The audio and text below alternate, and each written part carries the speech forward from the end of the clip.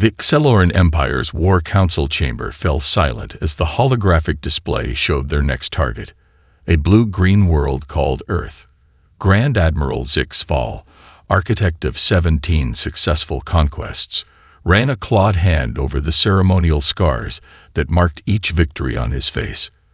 The scars glowed with a faint bioluminescence, a sign of pride in Acceloran culture. "This species calls themselves humans," he announced, voice echoing in the cathedral-like chamber with its vaulted ceilings of polished obsidian. "Primitive but unusually violent, even toward their own kind. Our scouts report nuclear capabilities but minimal space presence. They've never encountered another intelligent species." The surrounding officers, each bearing their own conquest marks, studied the rotating hologram with predatory interest. Earth's oceans and landmasses shifted beneath swirling cloud patterns as sensor data scrolled alongside the image, detailing atmospheric composition, population centers, and detected technology levels. Commander Vexlar, ambitious and eager to earn his first conquest scar, stepped forward from the shadows. His silver-blue skin contrasted sharply with the dark uniforms of the Imperial fleet. "I request the honor of leading the Instant Squadron for this operation, Grand Admiral." Zix Val's 4 eyes narrowed, studying the young commander. Vexlar came from a prestigious military lineage, but had yet to prove himself worthy of it. This minor conquest could be suitable for his first command. "Granted," Zix Val replied, noting the hungry look in the young commander's eyes. "But be wary. There's something unusual in the scout reports. Their technological progress has accelerated at an anomalous rate. Primitive to nuclear in less than a century is unprecedented. A statistical outlier, nothing more," Vexlar dismissed with confident arrogance. "The operation will proceed according to standard protocols. 500 ships should be sufficient for a world of this development level." "Very well. Glory to the Empire," the Grand Admiral intoned. Through conquest, immortality, the officers responded in traditional unison. 12 hours later, Commander Vexlar stood on the command deck of the dreadnought Inevitable Dominion as 500 warships prepared for synchronized displacement. The massive vessel hummed with energy as quantum entanglement coils reached peak efficiency. His second-in-command, Sub-Commander Krelnax, monitored the energy signatures with practiced precision. Krelnax's silver skin reflected the pulsing lights of the command console as her 6-fingered hands danced across the controls. Unlike Vexlar, she had experienced combat, serving with distinction in suppressing rebellions on conquered worlds. "All ships report ready, Commander," she announced, her voice carrying the subtle harmonic undertone of her northern clan. "Displacement in 3, 2, 1. Reality folded. Stars blurred. The sensation, impossible to describe to non-spacefaring species, lasted only moments as the universe bent to Acceloran technology. And suddenly, Earth filled their view screens, a beautiful marble wrapped in wisps of white cloud, utterly unaware of what was about to happen. "Magnificent," breathed Vexlar, imagining how this moment would be recorded in the Imperial archives. The first sight of a world soon to be conquered was considered a religious experience among the Acceloran elite. "Begin the standard protocol. Transmit the ultimatum." The message, automatically translated into every Earth language by sophisticated linguistic algorithms, was broadcast on all frequencies. "People of Earth, you are now under the protection of the Acceloran Empire. Surrender your governments and resources within one planetary rotation or face obliteration. Resistance is not merely futile, it is illogical." Vexlar expected the usual panicked responses, the desperate pleas for mercy that inevitably followed. In 17 previous conquests, the initial shock was typically followed by frantic diplomatic overtures, sometimes religious invocations to forgotten gods, occasionally brave, but ultimately meaningless military posturing. Instead, after precisely 90 seconds, a single response came through, not from any government, but from what appeared to be a civilian channel. The dark-skinned human female appeared on screen, wearing what seemed to be casual attire. Behind her, children played in what looked like an educational facility. She appeared completely unruffled by the communication from an alien armada. "This is Dr. Esther Okafor, speaking to you from New Lagos," she said calmly, as if addressing a slightly troublesome student rather than an alien armada. "We respectfully decline your offer. You have 30 minutes to leave our orbit. We've been expecting you." The bridge crew exchanged confused glances. Vexlar's mandibles clicked in amusement. The audacity! They'd been expecting us. He turned to his weapons officer. "Target their largest military installation. A demonstration is in order." The weapons officer pressed the firing sequence. Status lights flashed green across the board. But nothing happened. "Sir," the officer said, confusion evident in his voice, "the primary weapons array is... it's not responding." Across the bridge, consoles began to flicker. Vexlar felt the first twinge of something he had never experienced before: doubt. "Secondary systems," he barked, fighting to maintain composure before his crew. "Unresponsive, Commander," Krelnax replied, her voice tense as she rapidly assessed the cascading failures. "And I'm receiving similar reports from across the fleet." On the main viewer, Dr. Okafor still waited patiently. Behind her, one of the children waved cheerfully at the camera. "What have you done?" Vexlar demanded, momentarily abandoning protocol in his shock. Dr. Okafor smiled. "I think you should speak with my colleague."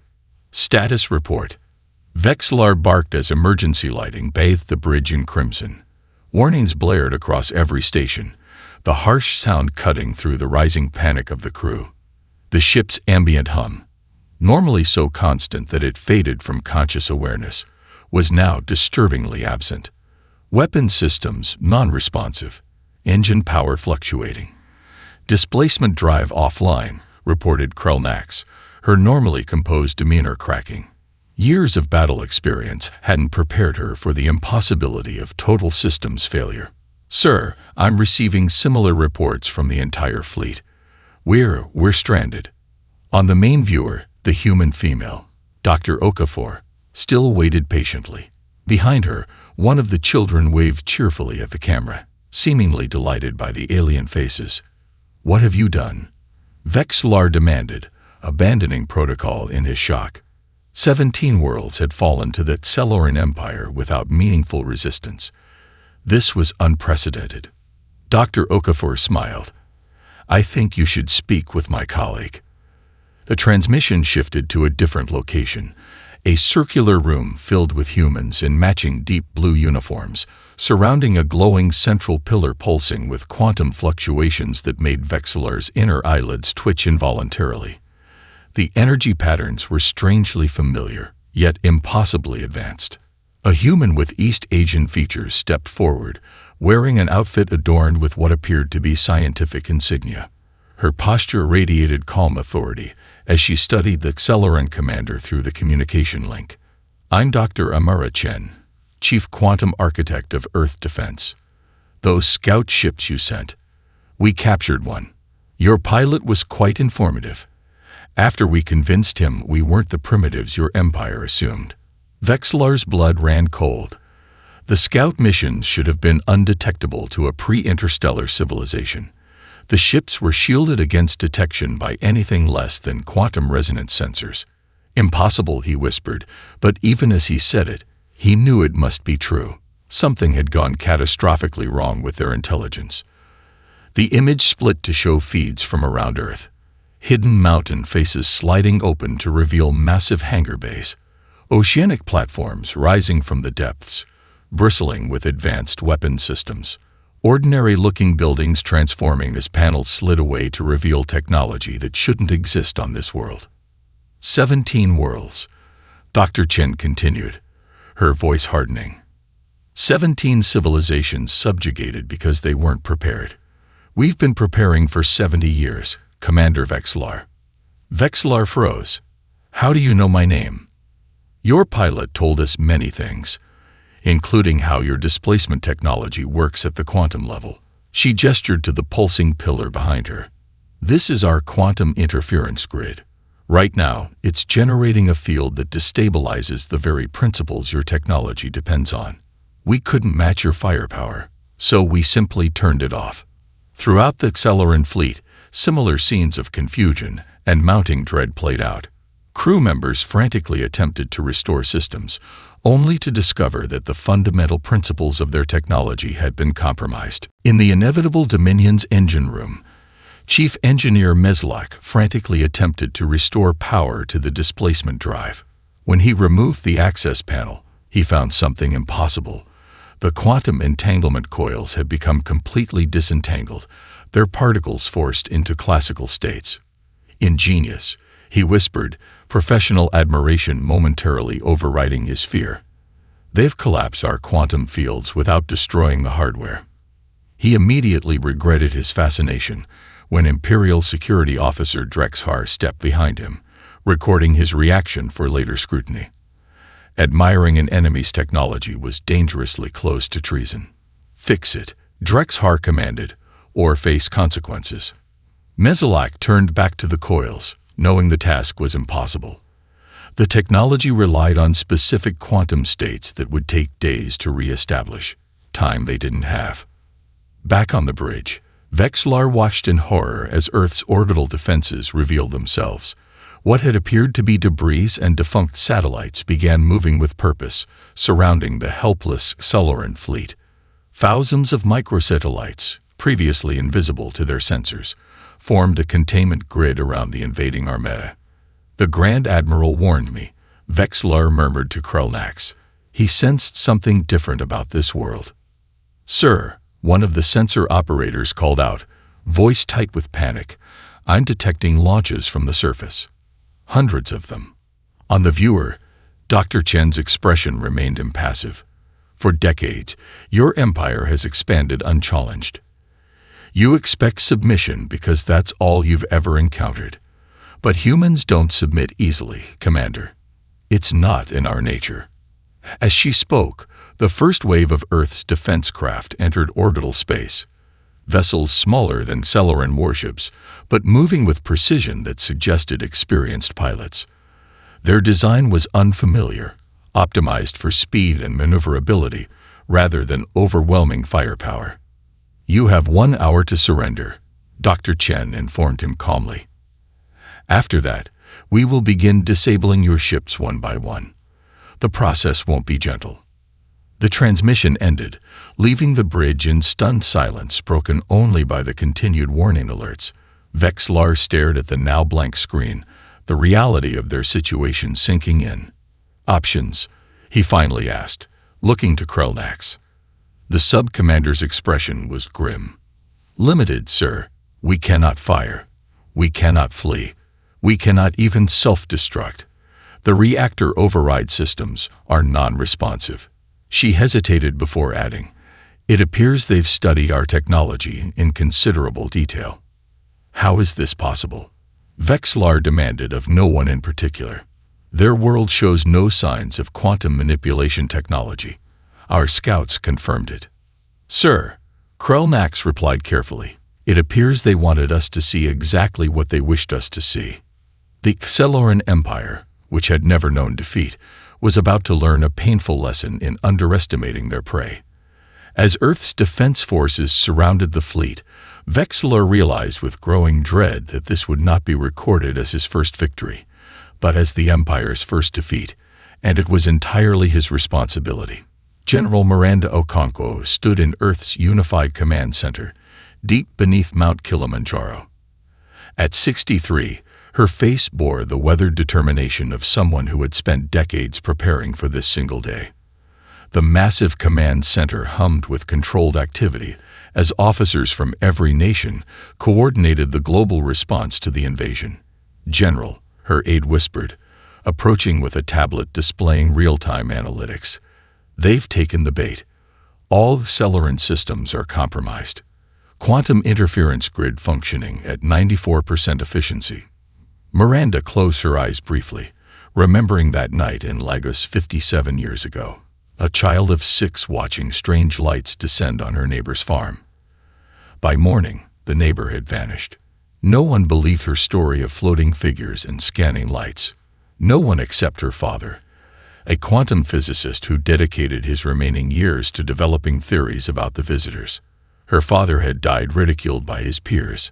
Miranda had carried on his work, rising through military ranks, gathering like-minded scientists and soldiers who believed her warnings about what lurked beyond Earth's skies. Decades of being called paranoid, delusional, a warmonger. And now, vindication. "Begin Operation Thunderstrike," she commanded, pressing her palm against the biometric scanner. The computer recognized not just her fingerprints, but her specific pulse pattern, a security measure that couldn't be spoofed by alien technology. Across Earth, previously hidden defense systems activated in perfect synchronization. In the Gobi Desert, sand cascaded away from massive hangar doors camouflaged for decades. In the Amazon basin, what appeared to be ancient temples reconfigured into launch platforms, technology disguised as archaeology. Beneath the Antarctic ice shelf, thermal systems melted pathways for rising vessels. The crown jewel of Earth's defense was the Interceptor fleet, 300 spacecraft built in secret using reverse-engineered technology from captured scout ships. Each vessel was piloted by a two-person team, a human commander paired with an AI derived from quantum computing breakthroughs made possible by studying alien technology. Captain Layla Chaudhry and her AI partner VRGIL led the first wave in their Interceptor, Reckoning. The sleek, matte black craft slipped from its underground hangar in the Himalayan foothills and accelerated toward orbit with impossible speed. Neural interface online, reported VRGIL through their direct connection.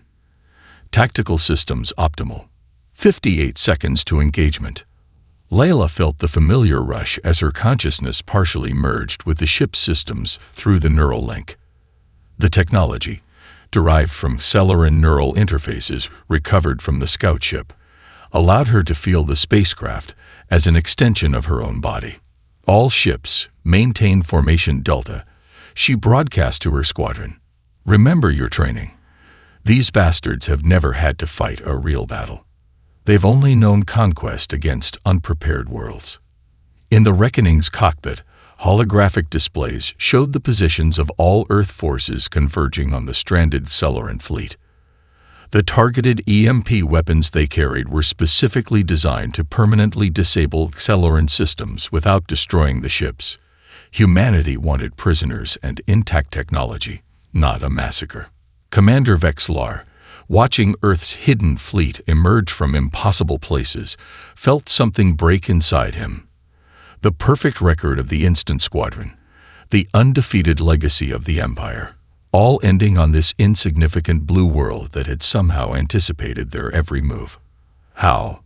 He demanded of his tactical officer.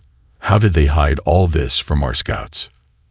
The officer, a veteran of 3 conquest campaigns, shook his head in disbelief.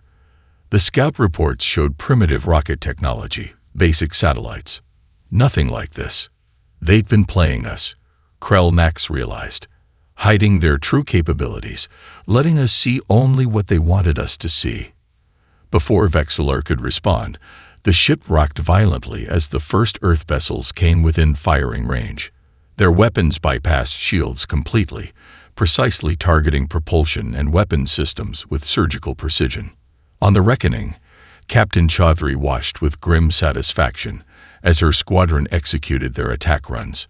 The neural interface translated fleet movements into both visual data and gut feeling.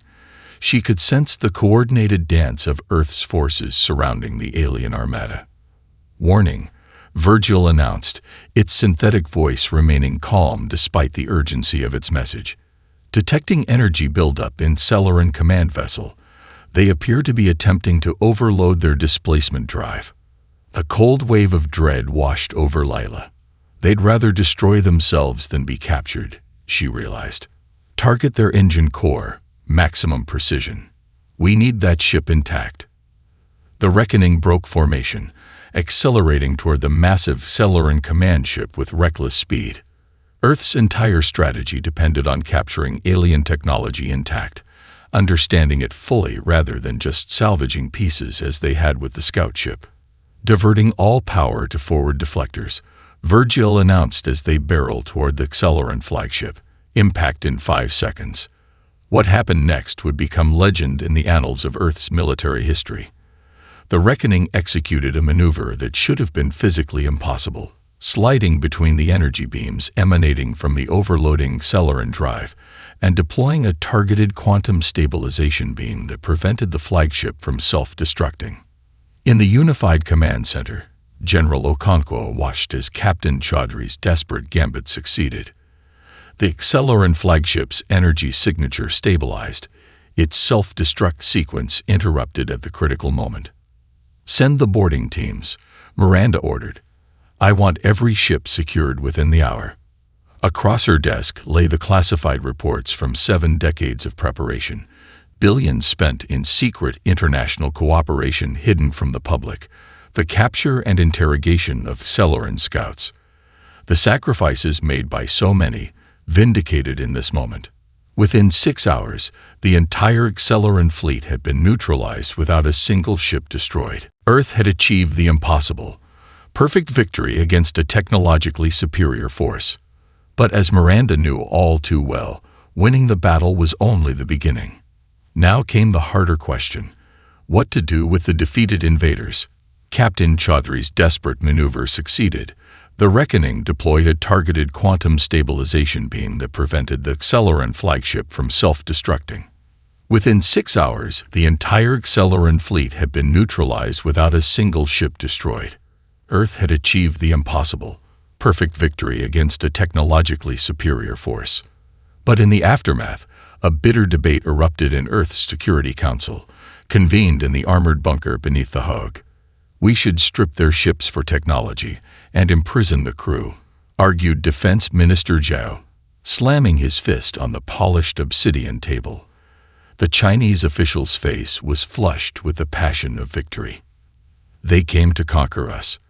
They've done it to 17 other worlds. We owe them nothing." Around the table, representatives from 12 nations nodded in agreement. The temptation to dismantle the Accelerant threat permanently was strong, and become exactly what we feared they were, countered Dr. Ilijan Blovu, his deep voice carrying across the chamber despite his soft tone. At 35, he was considered young for his position as Earth's first contact diplomat, but his brilliance in xenopsychology and ethical philosophy had made him the unanimous choice for the role. Ndlovu stood, his tall frame commanding attention. "We've spent 70 years preparing for this moment, not just militarily, but morally. The question was never just could we defeat them, but what would we become in victory?" "This isn't an academic exercise, Doctor," Zhao snapped. "These aliens would have enslaved or exterminated us without hesitation." "Minister Zhao," General Okonkwo interjected, surprising many around the table. As military commander, most expected her to side with the hardliners. "We've spent decades building weapons. Dr. Ndlovu has spent those same decades developing something potentially more powerful, a framework for interspecies peace." She gestured to the holographic display showing the disabled Accelerant fleet. "We've proven our military capability. Now we have a chance to prove something far rarer: our capacity for wisdom in the moment of triumph." The debate raged for hours, with passionate arguments on both sides. In the end, Ndlovu's proposal passed by a single vote. 12 hours later, he approached the inevitable Dominion in an unarmed shuttle. The sleek diplomatic vessel was deliberately designed to contrast with Earth's military craft, its curves and transparent sections symbolizing openness rather than aggression. "This is Dr. Ilijan Blovu of Earth," he transmitted. "I am approaching under a flag of truce to discuss terms." Inside the Accelerant flagship, chaos reigned. Junior officers demanded fighting to the death. Others suggested surrender. Commander Vexlar, shell-shocked by defeat, had retreated into private quarters until Sub-Commander Krelnax forced her way in, overriding the security protocols. "Commander," she said firmly, finding him staring at his reflection, tracing the unmarked area where his first conquest scar should have been. A human diplomatic vessel approaches. We must respond. Let them come, Vexlar whispered. What choice do we have?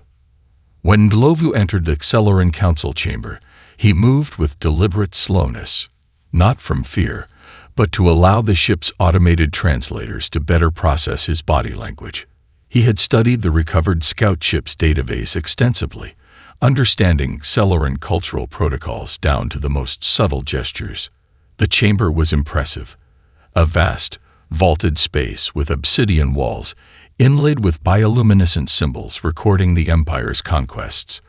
The lighting was dimmer than humans preferred, creating pools of shadow between stations where Accelerant officers stood at rigid attention. Instead of sitting at the offered subordinate's position, he calmly took the seat reserved for equals, a subtle claim that shocked the assembled Accelerant officers. Murmurs of outrage quickly silenced when Vexlar entered, flanked by Krelnax and his remaining command staff. You could have destroyed us all, Vexlar observed as he lowered himself into the opposite seat, his voice carefully neutral despite the humiliation burning within him. Your weapons penetrated our defenses as if they weren't there. Why didn't you finish us? Because that's not who we are, Elijah replied, activating a holographic projector he'd brought. It displayed scenes from human history, terrible wars, genocide, environmental catastrophe, or at least, not who we're trying to be. Humanity has a long history of violence against ourselves, Commander. We've learned from it, painfully, slowly, but we've learned. We prepared for your arrival not out of bloodlust, but necessity. The hologram shifted to show Earth's unified defense program. Decades of preparation, the capture of Accelerant scouts, the development of countermeasures. Impossible, whispered one Accelerant officer. No species has ever captured our scouts.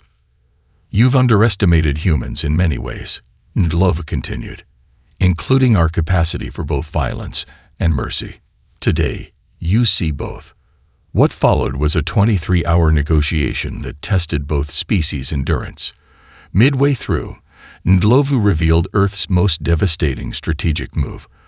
They had already transmitted quantum countermeasure technology to all 17 conquered worlds via faster-than-light communication systems reverse-engineered from Accelerant tech. The Empire, as you know it, is finished, Ndlovu stated quietly. But that doesn't mean your civilization must end. We're offering you a different path forward. Vexlar, exhaustion evident in his posture, studied the human with new understanding. Why offer us anything? You hold every advantage. Because the cycle must break somewhere, Ndlovu replied. Conquest, resistance, revenge, more conquest. It's a pattern as old as civilization itself. We're suggesting something different. Cooperation. As dawn broke over Earth, the terms were set. The Accelerant fleet would remain in orbit, not as conquerors, but as the first embassy of a new relationship between equals. Technology would be exchanged, not seized. And most critically, Earth would assist in transitioning the Accelerant Empire from conquest to cooperation. Your people will call you a traitor, Krelnax warned Vexlar, as they watched the human shuttle depart. The Accelerant word for science is the same as their word for acquisition, Professor John Way explained, pacing excitedly around the holographic model of the alien displacement drive. The International Technology Assessment Committee watched with fascination as the 70-year-old quantum physicist, who had come out of retirement specifically for this project, manipulated the complex schematics with practiced ease. This explains everything about their civilization, he continued, eyes alight with discovery. They don't discover, they acquire. Their technological advancement hasn't come through research and development as ours has, but through conquest. 6 months after the failed invasion, the knowledge exchange between humans and Accelerants had revealed startling truths. In the sprawling complex built specifically for interspecies collaboration on the outskirts of Singapore, human and Accelerant scientists worked side by side. Initial distrust gradually giving way to professional curiosity. The facility itself represented a blending of architectures, Soaring human designs combined with Celoran geometric precision. Specially designed environmental controls maintain sections at different atmospheric compositions and lighting conditions, allowing both species to work comfortably. Sub-Commander Krellnax, now serving as the Celoran liaison to the human scientific community, watched Professor Zhang with grudging respect. Her silver skin had dulled slightly in Earth's atmosphere, but she had refused the protective coatings that would have restored its luster, a subtle indication of her acceptance of change. Our ancestors found the displacement technology in ruins on a dead world, she admitted, mandibles clicking slightly in what humans were learning to recognize as discomfort with vulnerability. For 12 generations, we've expanded its applications without truly understanding its principles. And yet you built an interstellar empire with it, Zhang replied, not unkindly. Despite his scientific excitement, he never forgot that these beings had intended to conquer his world. An empire now in collapse, Krellnax said bitterly. Recent transmissions from Celoran's Central Command confirmed what Earth had claimed. The conquered worlds were rising up, using the countermeasures humanity had shared. 17 worlds, all in rebellion. 3 millennia of conquest undone in months. Not undone, corrected Dr. Amara Chen, entering the laboratory with tablets of comparative engineering schematics. Transformed. That's the difference between human and Celoran thinking. We see change as potentially positive, not merely destructive.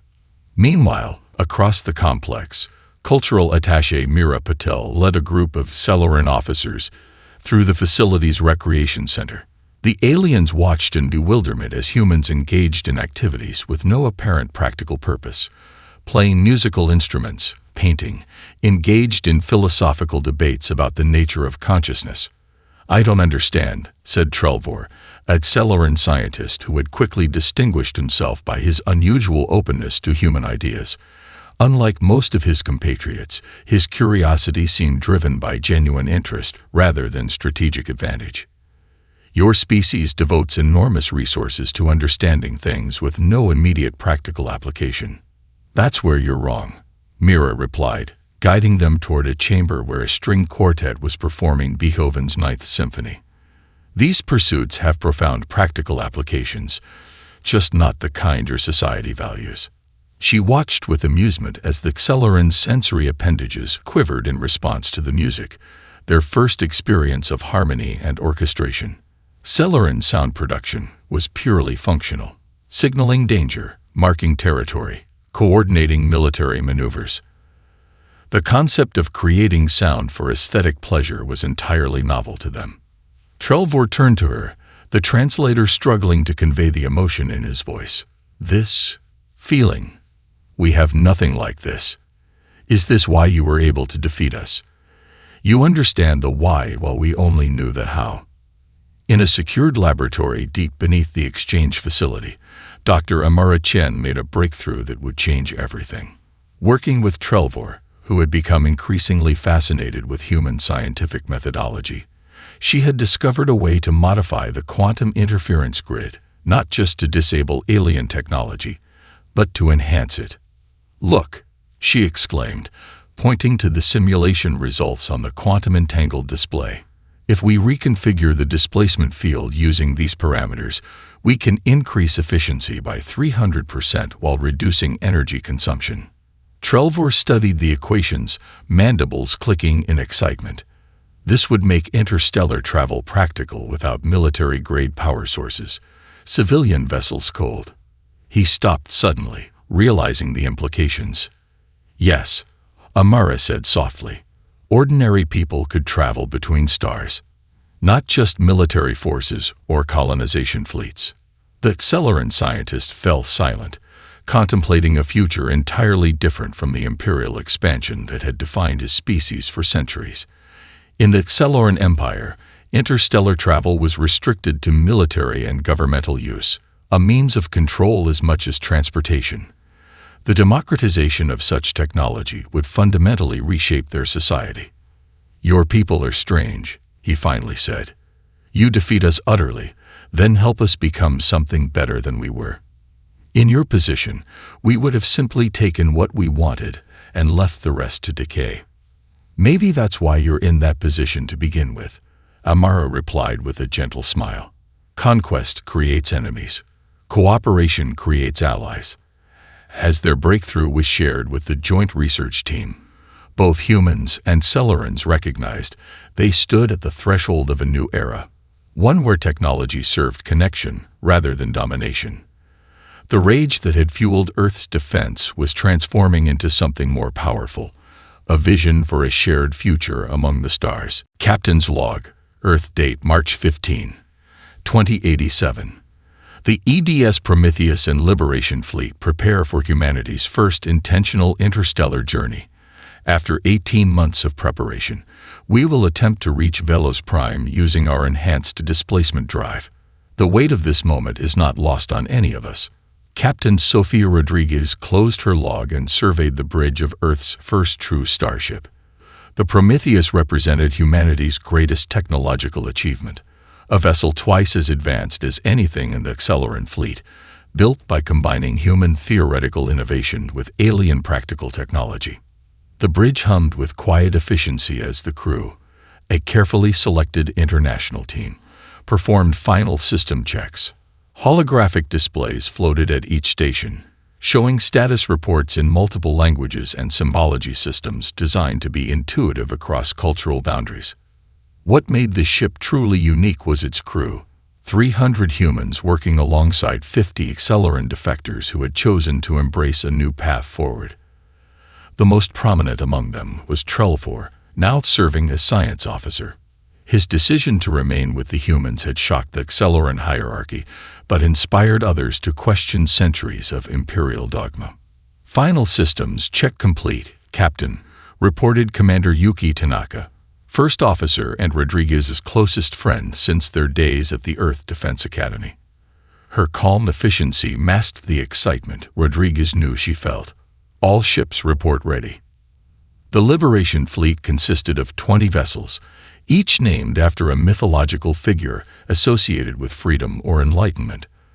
They had been constructed in orbital shipyards that had remained hidden from Cellorant scouts, another testament to humanity's decades of preparation.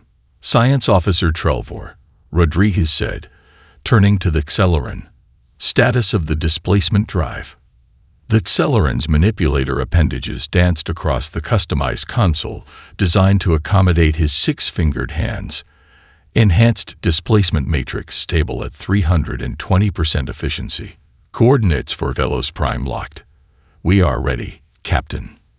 On the main view screen, Earth rotated slowly below them. Beautiful, vulnerable, and yet the birthplace of a species that had accomplished what 17 other worlds could not.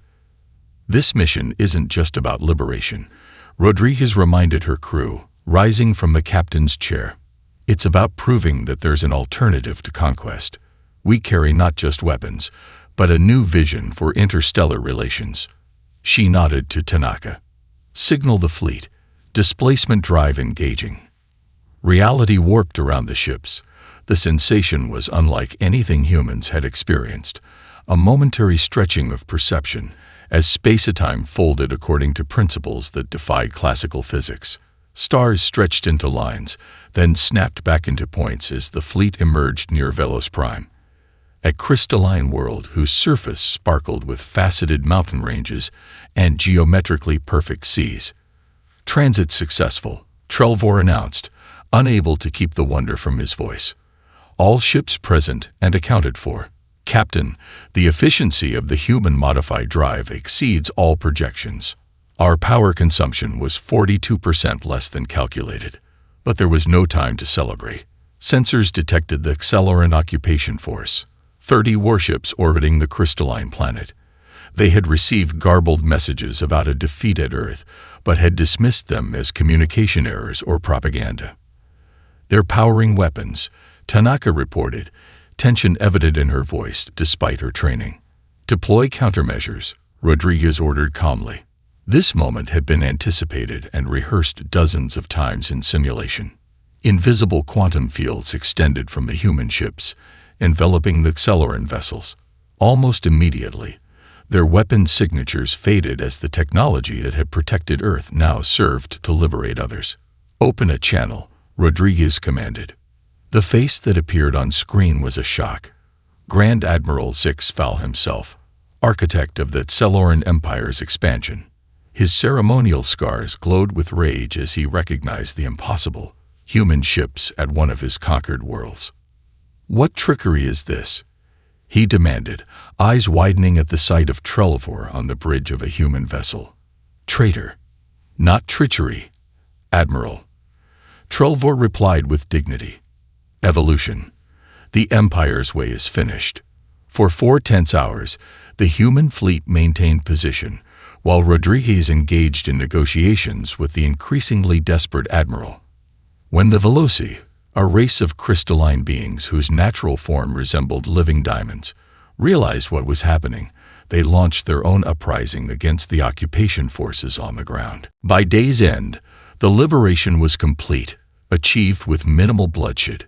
Captain Rodriguez stood before the Veloci Council of Elders, the first human to set foot on an alien world.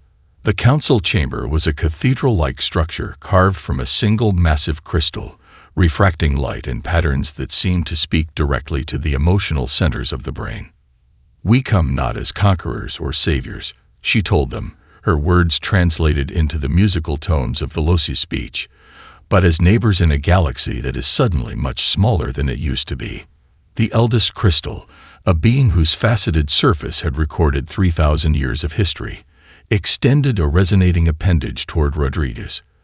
Light played through the ancient being's translucent form, creating harmonics that the translation system rendered into words. The Xelorans came with demands. The ancient being chimed, "You come with choices. This is the difference between oppression and freedom." As the human delegation departed, Grand Admiral Zix Val was brought before Rodriguez under guard. His once proud bearing had collapsed into bitter resignation. "You should kill me," he said flatly. "It's what any sensible conqueror would do." Rodriguez studied him carefully. "That's exactly why we won't. Your empire failed not because you weren't strong enough, but because strength was all you valued." The Admiral's expression shifted minutely, the first flicker of understanding that humans operated by different principles than any species his people had encountered. With Velos Prime liberated, the fleet continued its mission, moving from world to world, dismantling the Celoran Empire not through destruction but transformation. And as news of their success spread, something unprecedented happened. Celoran worlds began requesting Earth's assistance in transitioning from imperialism to cooperation. The rage that had fueled Earth's defense had evolved into something the galaxy had rarely seen: power tempered by wisdom. The ancient city of Geneva had witnessed many historic gatherings over the centuries, but none like this. The Pallid nations had been extensively modified over 6 frantic months to accommodate beings that breathed methane, entities composed of living crystal, creatures that communicated through bioluminescence, and dozens of other species with wildly different physiological needs. 2 years after the failed Celoran invasion, representatives from all 18 formerly subjugated worlds gathered on Earth, the planet that had changed the galactic balance of power overnight. The summit's logo, a stylized image of diverse hands reaching toward a central point of light, flew on banners throughout the city, symbolizing the unprecedented nature of the gathering.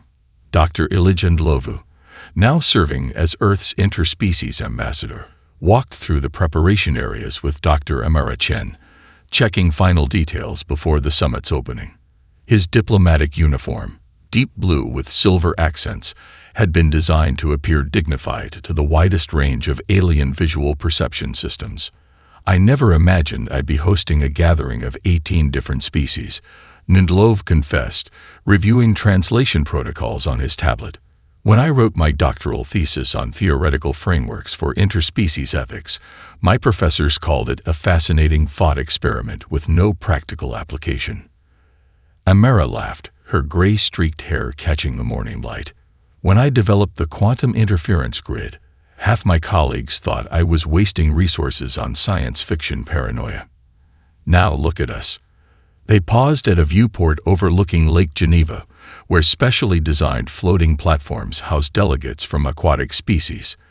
In the distance, Celeran ships, now repurposed as diplomatic vessels, hovered above the city. "Are they here yet?" Ndlovu asked quietly. Amara nodded. "Commander Vexlar arrived an hour ago. He's different now." The once proud Celeran military leader had requested to serve as his people's representative to the summit, a controversial choice that had sparked heated debate among both humans and the former conquered species. Many wanted punishment, not reconciliation, and Grand Admiral Zixval, still refusing to participate, Amara replied. "Captain Rodriguez reports he remains in voluntary confinement aboard the Prometheus." Secretary General Teresa Adebayo, a formidable Nigerian diplomat with a reputation for unflinching directness, opened the proceedings the following morning. Representatives from each world stood on platforms adjusted to their physiological needs, translation systems ensuring perfect comprehension across species barriers that had once seemed insurmountable. "Today marks not the birth of a new empire," she declared, her voice carrying the weight of human history's painful lessons, but the death of the very concept of galactic imperialism. "We gather not as rulers and subjects, but as equals with much to learn from one another." The Celeran delegation sat isolated, subject to cold stares and hostile murmurs until Commander Vexlar rose to speak. His once gleaming armor had been replaced with simpler attire, his unmarked face a constant reminder of his failure to earn a conquest scar. "My civilization bears the shame of conquest," he began, the translator conveying his words with perfect clarity. "For centuries, we have measured our worth by the worlds we dominated. We never considered that true greatness might lie elsewhere." He gestured toward the human delegation. "It took defeat, complete and humiliating defeat, to begin our education. The humans could have destroyed us.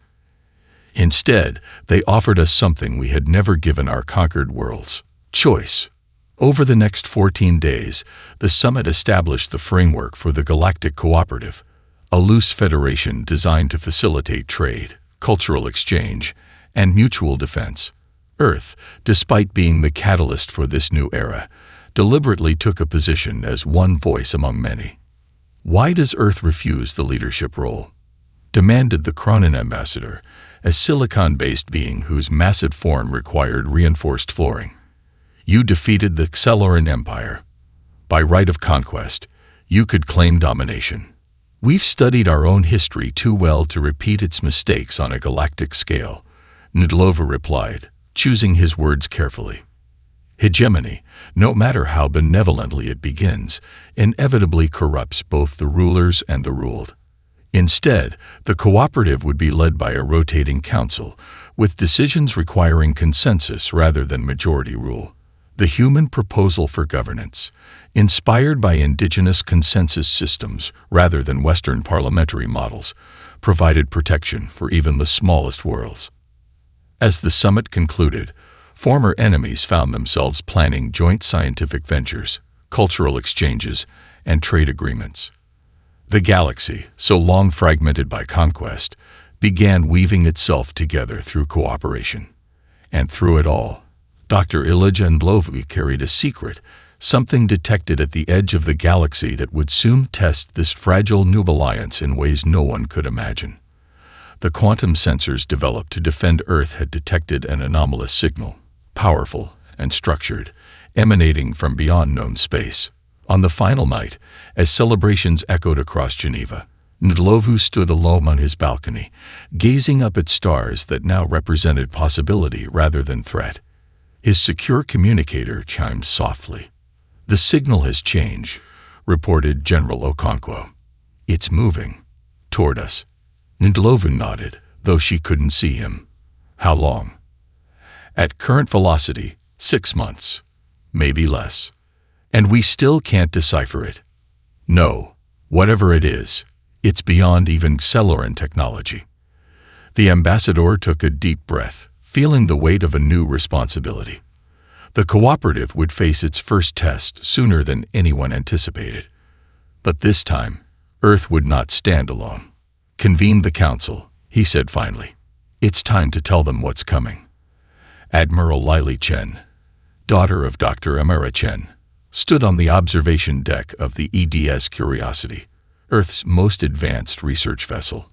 At 34, she had already distinguished herself as both a military tactician and a skilled diplomat, making her the perfect commander for humanity's deep space exploration program. The observation deck's transparent ceiling revealed the vastness of space above, a vista that still filled her with wonder despite years serving on interstellar vessels. Stars glittered against the void, a reminder of how small even their growing alliance remained against the cosmic scale. "Contact maintains position at the heliopause," Admiral reported Lieutenant Commander Jackson. "No change in status for the past 72 hours. 5 years after the formation of the Galactic Cooperative, automated sensors had detected an anomalous object entering the solar system, a vessel unlike any known design, including those of the 18 species now in regular contact with Earth. Instead of approaching, it had simply stopped at the boundary of the solar system and waited. "Any response to our communication attempts?" Chen asked, though she already knew the answer. "None, Admiral. It's just waiting." The Council of the Galactic Cooperative had authorized a first contact mission, with representatives from 6 species accompanying the human delegation. Among them was Trelvor, now serving as the Accelerant ambassador to Earth, his scientific curiosity making him an ideal candidate for this mission. "Your species has a saying," the former scientist observed as he joined Chen at the viewport. "Once bitten, twice shy. After our unfortunate introduction to your world, I'm surprised humans would volunteer to make first contact again." "It's what we do," Chen replied simply. "Curiosity is hardwired into us, even when it's dangerous." As the Curiosity approached the mysterious visitor, detailed scans revealed a vessel of impossible complexity, a seamless integration of technology and biology that defied conventional analysis. Its hull appeared to be simultaneously solid and fluid, with patterns flowing across its surface like thoughts across a mind. "We're being scanned," announced the sensor officer, a Veloci whose crystalline appendages interfaced directly with the ship's systems. "The energy signature is... I've never seen anything like it. It's not invasive, but it's thorough." Without warning, the alien vessel extended what appeared to be an invitation, a docking path illuminated in a spectrum visible to all known sentient species. "Well," Admiral Chen said with a wry smile, "I guess we're expected." The delegation that boarded the alien craft consisted of Admiral Chen, Ambassador Trelvor, and representatives from the Veloci, Ontur, and Cronin civilizations. They were met by a single entity, a shimmering, vaguely humanoid form composed of interlocking geometric patterns that constantly shifted and realigned. "I am an observer," the entity announced, its voice somehow comprehensible to all present without any translation technology. "A representative of the Galactic Assembly." "The Assembly?" Chen asked, fighting to maintain her diplomatic composure despite the awe she felt. "A cooperative of over 4,000 sentient species spanning 3 galaxies," the observer explained.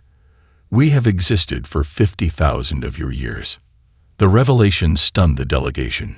Even the Accelerant Empire at its height had only controlled a tiny fraction of a single spiral arm. 4,000 species working together seemed inconceivable. "We have been watching," the observer continued, projecting images of Earth, the failed Accelerant invasion, and the subsequent formation of the cooperative. "The Accelerant Empire was one of several expansionist powers we have been monitoring. We intervene only when necessary, preferring to let younger civilizations find their own path." "And why reveal yourselves to us now?" Admiral Chen asked, her mother's scientific curiosity evident in her voice.